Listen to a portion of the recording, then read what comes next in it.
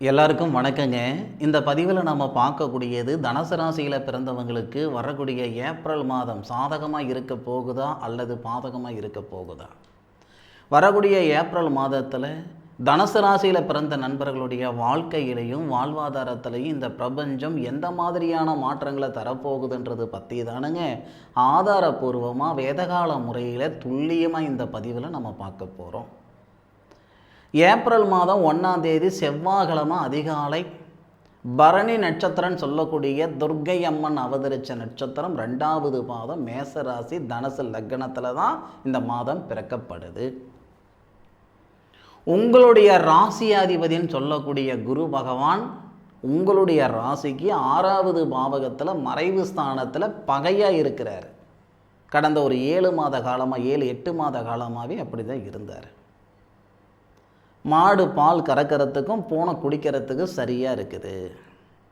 வேலை இல்லாமல் இருக்கிறதுக்கு ஒரு வேலை நான் செய்துக்கிட்டு இருக்கிறேன், ஏதோ ஒரு மிஷின் வாழ்க்கை நான் வாழ்ந்துக்கிட்டு இருக்கிறேனுங்க இப்படின்னு சொல்லக்கூடியவங்க ரொம்ப பிரதானமாக இருப்பாங்க, மெஜாரிட்டியாக இருப்பாங்க. ஆனால் வரக்கூடிய ஏப்ரல் மாதத்தில் ஏகப்பட்ட மாற்றங்கள் வரும். இது உங்களை சந்தோஷப்படுத்துறதுக்காக மட்டும் சொல்லலைங்க. அதாவது பலன் சொல்கிறது யார் எப்படி வேணாலும் சொல்லிவிடலாம், ஆனால் அதுக்கு ஆதாரம் இருக்கணும், பார்த்துக்கிடுங்க. ஏப்ரல் மாதத்தில் நடக்கக்கூடிய நல்ல விஷயங்களை பற்றி சொல்கிறேன். ஃபஸ்ட்டு பரிவர்த்தனை யோகம். இதுக்கு முன்னுக்கு குரு 6வது பாவகத்தில் தான் இருந்தார், இப்போவும் இருக்கார். ஆனால் 6வது பாவகத்துக்கு அதிபதி சுக்கிரனுக்கு உங்களுடைய ராசிநாதன் குரு தான் வீடு கொடுத்துருக்காரு இந்த மாத தொடக்கத்தில். அப்போது குரு சுக்கிரன் அசுரகுருன்னு சொல்லக்கூடிய சுக்கிர பகவானும் தேவகுருன்னு சொல்லக்கூடிய உங்களுடைய ராசியாதிபதியும் கிரக பரிவர்த்தனை, இது அற்புதமான யோகம். அதுபோக உங்களுடைய ராசிக்கு 4வது பாவகத்தில் 5 கிரகங்களுடைய கூட்டு, சூரியன் சனி புதன் சுக்கிரன் ராகு. 4வது பாவகன் சொல்லக்கூடிய அந்த சுபஸ்தானத்தில் சனி பகவான் இப்போது பயிற்சியாகி வந்த தருணத்தில் புதனும் சூரியனும் இணைந்து புதனாதித்ய யோகமாக இருக்கக்கூடிய பிரமாதமான நேரம். இந்த 5 கிரகங்கள் ப்ளஸ் உங்களுடைய ராசிநாதன் குரு, அதுபோக புத்திர ஸ்தானாதிபதி பூர்வீக ஸ்தானாதிபதினு சொல்லக்கூடிய செவ்வாய் உங்களுடைய ராசிக்கு 7வது பாவகத்திலிருந்து 7 கிரகங்களுடைய பார்வை உங்களுடைய ராசிக்கு 10வது பாவகன் சொல்லக்கூடிய தொழில் ஸ்தானத்தை பார்க்குறார். மீண்டும் இந்த மாதிரி ஒரு அமைப்பு தனுசு ராசியில் பிறந்தவங்களுக்கு எத்தனை வருஷம் கழித்து வரும்னா 30 வருஷம் கழித்து வரும். 30 வருஷம் கழித்து யார் இருக்கா யார் இல்லைன்றது யாருக்கும் தெரியாது. யார் மூச்சு யார் கையிலையும் இல்லை. என்னைக்கோ காய்க்கக்கூடிய பலாகா நமக்கு முக்கியம் இல்லைங்க, இன்னைக்கு காய்க்கக்கூடிய கலாக்கா தான் நமக்கு முக்கியம், இல்லையா? அது மட்டும் இல்லை, இந்த மாதத்தில் இன்னொரு மாற்றமும் இருக்குது. உங்களுடைய ராசிக்கு 2வது பாவகத்துக்கு அதிபதி தனஸ்தானத்துக்கு அதிபதி யாருன்னு கேட்டிங்கன்னா சனி பகவான். திருக்கணித பிரகாரம் மாறிட்டார், வாக்கிய பிரகாரம் மாறல, அது அப்பாற்பட்ட விஷயம்.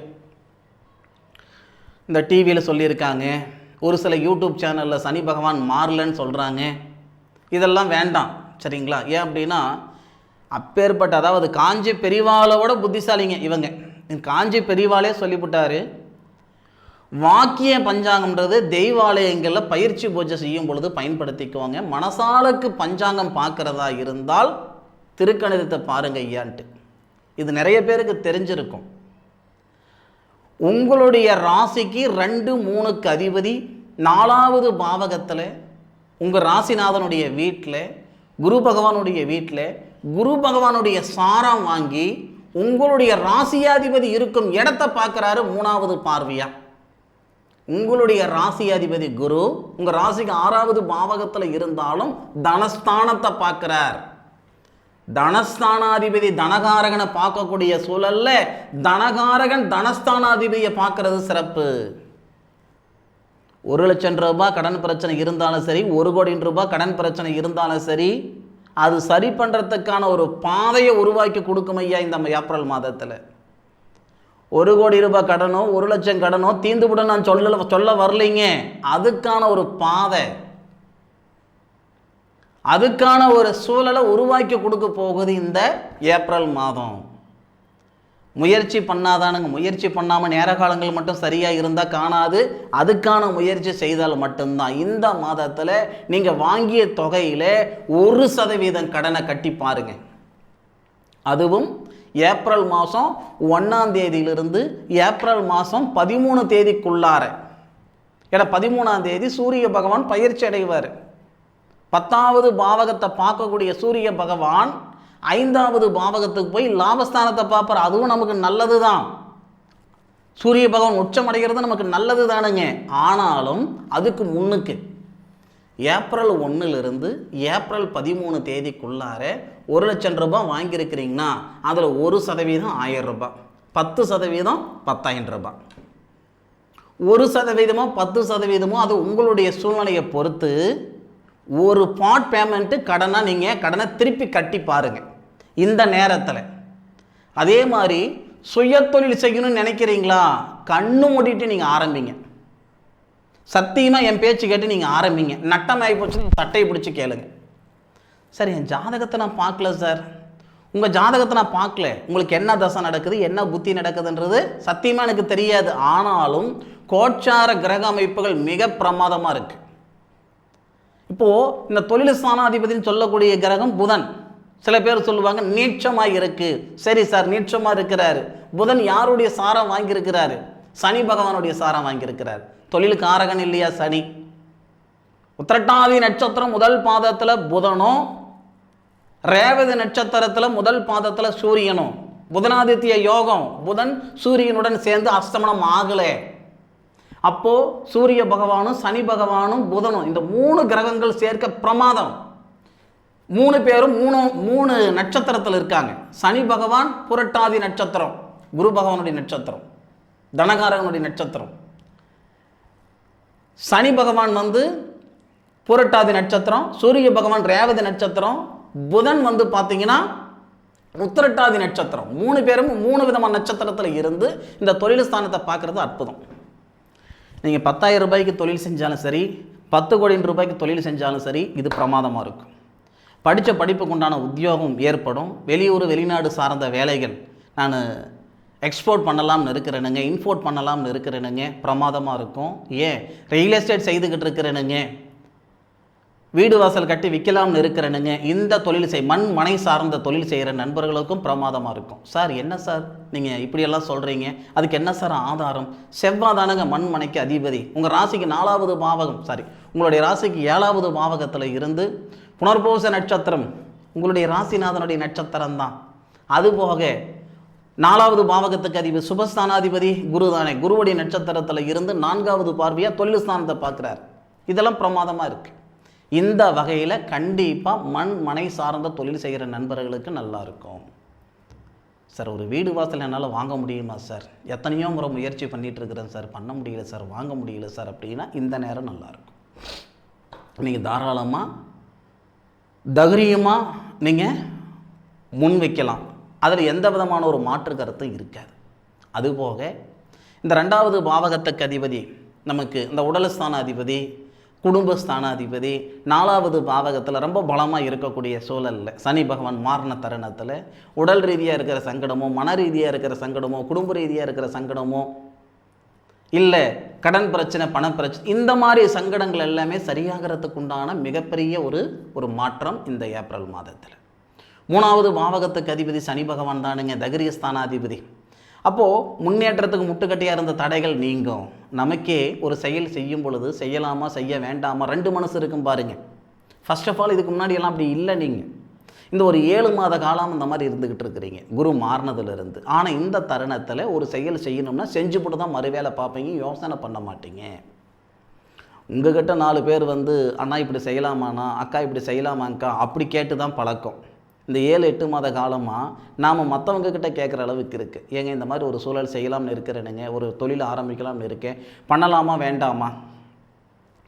அதாவது நீங்கள் வாழ்ந்த வாழ்க்கைக்கும் ஒரு 8 மாத காலமாக நீங்கள் வாழ்ந்துக்கிட்டு இருக்கிற வாழ்க்கைக்கும் நிச்சயமாக சம்மதம் இருக்காது. யோசனை பண்ணி பாருங்கள். யோசனை பண்ணி பார்த்துட்டு கமெண்ட்டில் சொல்லுங்கள்.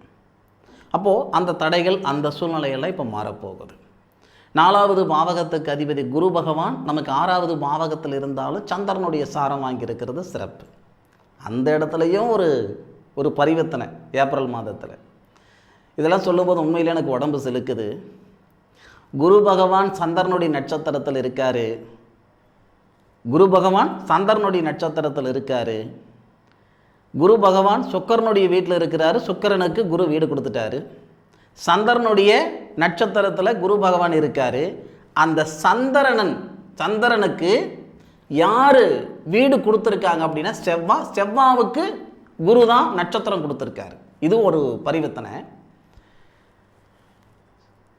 குருவுக்கு நட்சத்திரம் கொடுத்தவர் சந்திரன், அந்த சந்திரனுக்கு நட்சத்திரம் கொடுத்தவர் சுக்கிரன், சுக்கிரனுக்கு வீடு கொடுத்தவர் குரு. எப்படி வருது பாருங்க பரிவர்த்தனை. எல்லாமே தொடர்புங்க. நான் சொல்கிற விஷயம் உங்களுக்கு கொஞ்சம் கன்ஃபியூஸாக இருக்கும். ஆனால் கொஞ்சம் ஜோதிட நாலேஜ் இருந்ததுன்னு வச்சுக்கோங்களேன், நான் சொல்கிற விஷயத்தில் எந்த அளவுக்கு உண்மைத்துவம் இருக்குன்றதை நீங்கள் புரிஞ்சுக்கிடுவீங்க. அப்படியே ஒரு செயின் மாதிரி தொடர்பு எல்லா இடத்துலையும் இந்த மாதத்தில் தொடர்பு இருக்குது. இந்த தொடர்பு வரணும் அப்படின்னா ஏறத்தாழ மறுபடியும் 30 வருஷம் ஆகும். எப்படி பார்த்தாலும் இந்த மாதத்தில் ஆதிக்கம், குருவுடைய ஆதிக்கம் பலமாக இருக்கும். குருவை சார்ந்து தான் எல்லா கிரக அமைப்புகளும் இருக்குது. நமக்கு குரு பாதகமாகவே இருந்தாலும், மறைவு ஸ்தானத்திலே இருந்தாலும், ஆனால் அவருடைய அமைப்பு இந்த சனியுடைய பார்வை படுறதுனால பிரமாதமாக இருக்கும். எப்பயுமேங்க கோட்சார ரீதியாக தொழில்காரகன் மேலே தொழில்காரகன் சனி தான், தனகாரகன் மேலே தொழில்காரகன் வரும்போது நல்லாயிருக்கும். இது எப்பயுமே இருக்கக்கூடிய ஒரு விஷயந்தானுங்க.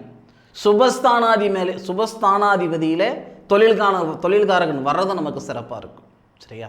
எது எப்படி இருந்தாலும் இந்த தனுசு ராசியில் பிறந்த நண்பர்களுக்கு தனயோகம் கொடுக்கக்கூடிய ஒரு தருணமாக, ஒரு நாட்களாக வரக்கூடிய ஏப்ரல் மாதம் இருக்கும். பொதுவாகவே ஏப்ரல் 1ஆம் தேதினா ஏமாறக்கூடிய நாட்கள், ஏமாறக்கூடிய நாள் அப்படின்ற மாதிரி சொல்லுவாங்க. ஆனால் வரக்கூடிய ஏப்ரல் மாதத்தில் தான் நமக்கு மாற்றங்கள் வரணும்னு விதி இருந்தால் அது மாறவா போகுது. ஏன்னா பல பேரால் தனுசு ராசியில் பிறந்தவங்க ஏமாந்துருப்பாங்களே தவிர, நீங்கள் மற்றவங்களை ஏமாற்றிட்டீங்க அப்படின்னா ஃபர்ஸ்ட் ஆஃப் ஆல் அதுக்கு நீங்கள் லாக்கிப்பட மாட்டீங்க. மற்றவங்களுடைய வாழ்க்கைக்கு நான் உறுதுணையாக இருக்கிறேனோ இல்லையோ, யாருடைய அழிவுக்கு நான் உறுதுணையாக இருந்துடக்கூடாது, யாருடைய கர்மா எனக்கு வேணா சாமி அப்படின்னு சொல்லக்கூடியவங்க தான் இந்த தனுசு ராசியில் பிறந்தவங்க. அதுவும் தனுசு ராசியில் வரக்கூடிய மூல நட்சத்திரத்தில் பிறந்தவங்க. மூல நட்சத்திரம்னா எல்லாரும் எப்படி ஒரு சங்கடமாக நினைப்பாங்க அந்த மூல நட்சத்திரத்தை. உண்மையிலே சொல்கிறேன் பாருங்கள், இந்த 27 நட்சத்திரத்துலேயும் மிக உயர்வான நட்சத்திரம்னா, அது விஸ்வாசத்துக்கு உயர்ந்த நட்சத்திரம்னா, உகந்த நட்சத்திரம்னா அந்த மூல நட்சத்திரம் தானுங்க. அப்பேற்பட்ட மூல நட்சத்திரத்தில் தானுங்க விஸ்வாசத்துக்கு பேரு போன அனுமான் அவதரித்தார். ராமர் மேலே இருக்கக்கூடிய விஸ்வாசம் எல்லாமே தெரியும். அப்பேற்பட்ட அனுமான அவதரித்த நட்சத்திரமே அந்த மூல நட்சத்திரம் தானுங்க. பிரமாதமான நேர காலங்கள் இந்த தருணத்தில் உங்களுடைய சுய ஜாதகத்தில் இருக்கக்கூடிய பலாபலன்கள் எப்படி இருக்குதுன்றது ஒரு முறை நீங்கள் பார்த்துக்கோங்க. இந்த பதிவு தனுசு ராசியில் பிறந்த ஆணுக்கும் சரி பெண்ணுக்கும் சரி பயனுள்ள பதிவாக இருக்கும் அப்படின்னு நான் மனசார நம்புகிறேன். மீண்டும் அடுத்த ஒரு அற்புதமான தருணத்தில் உங்கள் அனைவரையும் சந்திக்கும் வரை உங்களிடமிருந்து விடைபெறுவது உங்கள் வீட்டு ஜோதிட நண்பனான மா காளிதாஸ் மணிகண்டன். திருச்சிற்றம்பலம். வாழ்க வையகம், வாழ்க வளமுடன்.